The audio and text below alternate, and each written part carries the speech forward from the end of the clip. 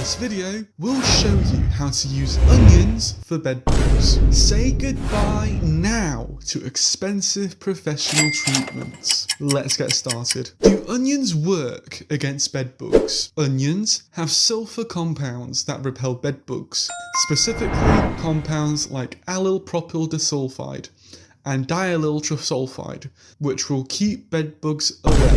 The sulfur compounds in onions can affect bed bugs' respiratory system or act as a desiccant, drying out their exoskeleton and leading to their death.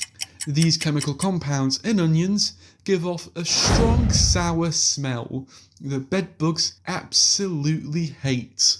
So they avoid places where onions are found, like plants or specific areas. You can add onion juice to a DIY bedbug spray to get even more bedbug repelling properties. Here are the materials that you will need for the spray. 2 cups of water, 10 to 15 drops of essential oil. Pick whichever one that's been proven to be effective against bed bugs, such as tea tree oil, lavender oil, or any other type of essential oil. You'll also need 3 teaspoons of dish soap, 1/8 of a cup of onion juice, and of course, a spray bottle. Now, let's see how to create and apply this DIY spray for bed bugs. Step 1. Mix water and essential oil. Pour 2 cups of water into a spray bottle. Add 10 to 15 drops of your favourite essential oil. Studies, like the one from Virginia University, support the idea that herbal essential oils can effectively repel insects and bed bugs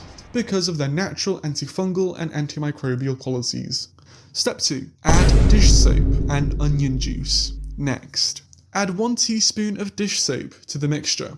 This helps the essential oil spread evenly in the water and makes the spray more effective by breaking down the outer layer that protects bed bugs. After that, pour 1/8 of a cup of onion juice into the spray bottle.